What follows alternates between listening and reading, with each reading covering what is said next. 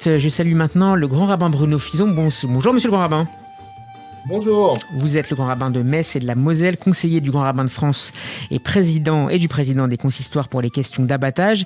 Et vous vous intéressez cette semaine dans votre chronique au bicentenaire de la disparition de Napoléon.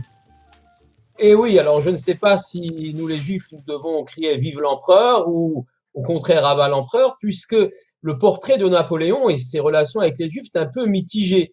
Il a déclaré à Sainte-Hélène, notamment, que les Juifs étaient un peuple méchant, lâche et cruel. Alors, qu'en est-il vraiment? Avons-nous été bénéficiaires de son règne? Bien, dès 1797, lors de la campagne d'Italie, Napoléon, plutôt le général Bonaparte, fait tomber les murs des ghettos et il supprime l'obligation pour les Juifs en Italie de porter le brassard avec l'étoile juive. Et puis en 1799, nous sommes au moment de la campagne d'Égypte, il y a la fameuse déclaration de Bonaparte. Alors, est-elle authentique? En partie, oui. Bonaparte invite tous les Juifs d'Asie et d'Afrique à se ranger sous ses drapeaux pour rétablir l'ancienne Jérusalem. Quelques pierres dans l'histoire du sionisme posées par le général Bonaparte. On raconte également que le rabbi Nachman de Bratslav l'aurait rencontré à ce moment-là en terre de Palestine et lui aurait prédit un avenir extraordinaire. Donc voilà, a priori plutôt positif. Et puis, lorsque l'Empire va s'installer, il y a la fameuse Assemblée des notables juifs. Le en fameux grand 1806. Sanhédrin. Alors, pas tout à fait, le grand Sanhédrin va suivre en 1807, pour être précis. 1806, c'est d'abord l'Assemblée des notables. Et les fameuses 12 questions qui sont posées à ces notables, l'Assemblée dirigée par Abraham Furtado, notamment une question très épineuse sur les mariages mixtes. Et les gens de cette Assemblée répondent avec beaucoup d'intelligence et de finesse. Si effectivement les mariages entre juifs et chrétiens sont conformes au code civil, et ils sont valables, nous les acceptons, ils ne sont pas susceptibles d'être revêtus de formes religieuses.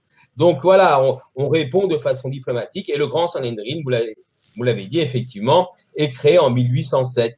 Et en 1808, c'est le consistoire. Et le consistoire, eh bien, on vit encore sur ce régime Napoléon du a finalement consistoire. contribué à consolider le judaïsme français. Absolument, le judaïsme de France, le judaïsme de l'Empire à l'époque, il y avait 170 000 juifs à l'époque, et nous vivons encore avec ces communautés, cette structure, le Grand Rabbin de France, le consistoire, qui renforce notre communauté sous ce que Napoléon avait imaginé pour nous. Alors il l'avait fait peut-être par sympathie, certainement pour pouvoir contrôler les juifs, mais en tout cas le résultat est là. C'est dans la campagne de Russie que les choses deviennent encore plus intéressantes. Napoléon s'avance d'abord en Pologne, puis ensuite en Russie, et les rabbins se disputent. Doit-on soutenir Napoléon? Ne doit-on pas le faire? Beaucoup de Juifs, d'ailleurs, apportent leur aide à l'armée, à la grande armée, en leur apportant chevaux, fourrages, etc. Et un rave, le rave Menachem Mendel de Rivinov, un élève du rabbi Eliezer de Lizensk, prie pour la victoire de Napoléon. Napoléon, c'est la fin des pogroms, c'est la chute des ghettos, c'est la possibilité pour les Juifs de vivre librement, de créer des yeshivot, est-ce que je sais? Mais face à lui s'oppose le non moins célèbre Rabbi Shneur Zalman de Liadi, le fondateur du mouvement Lubavitch, du mouvement Chabad. Et lui, du c'est Tania. un anti-Napoléon. Absolument. Et il soutient non seulement le tsar Alexandre Ier, il a même des chassidim à lui qui vont jouer les espions. Et pourquoi cela? Parce qu'il voit dans Napoléon et dans les idées révolutionnaires la possibilité pour les Juifs finalement de s'écarter du judaïsme, de s'assimiler et de perdre. Alors il vaut mieux pour lui avoir des persécutions, il vaut mieux vivre sous le régime russe plutôt que d'abandonner la foi juive et de voir l'émancipation et l'assimilation des Juifs. C'est un débat qui était extrêmement fort à l'époque. Pour ma part, je pense quand même que le bilan de l'empereur est plutôt positif nous concernant, bien qu'il ait des préjugés vis-à-vis des Juifs, on l'a vu, mais c'est un homme quand même qui a laissé une trace dans notre communauté et qui nous a pas laissé indifférents. Et on raconte une histoire extraordinaire. Pour terminer en quelques secondes. Oui, est-ce une légende ou une réalité? Le jour du 9A de Tisha B'Av, l'empereur se promène dans les rues de Paris et il entend une rumeur, il rentre dans une synagogue et il voit les gens pleurer, il pose la question, mais pourquoi pleurent-ils? Ils pleurent, empereur, lui dit Caulaincourt, ils pleurent leur temple détruit. Leur temple détruit, mais je n'ai pas entendu parler d'un temple détruit récemment.